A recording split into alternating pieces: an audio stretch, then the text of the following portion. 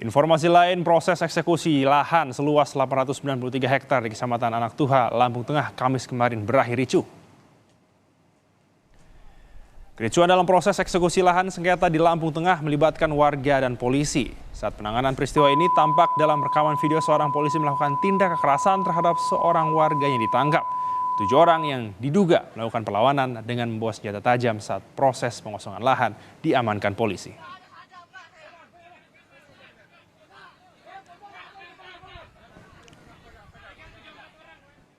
Sementara itu, usai video polisi menganiaya warga saat eksekusi lahan di Kabupaten Lampung Tengah, Kapolres Lampung Tengah AKBP Andik Purnomo Sigit meminta maaf atas perbuatan anggotanya. Bribka Z saat ini telah diperiksa oleh Bidang Profesi dan Pengamanan Propam Polda Lampung dan akan disanksi jika terbukti bersalah. Sementara saat bentrokan, polisi menangkap 7 orang warga yang kedapatan membawa senjata tajam dan berusaha menghalang-halangi eksekusi lahan seluas 893 hektar. Saya sebagai Kapolres Lampung Tengah, mohon maaf yang sebesar-besarnya atas perlakuan yang dilakukan anggota saya.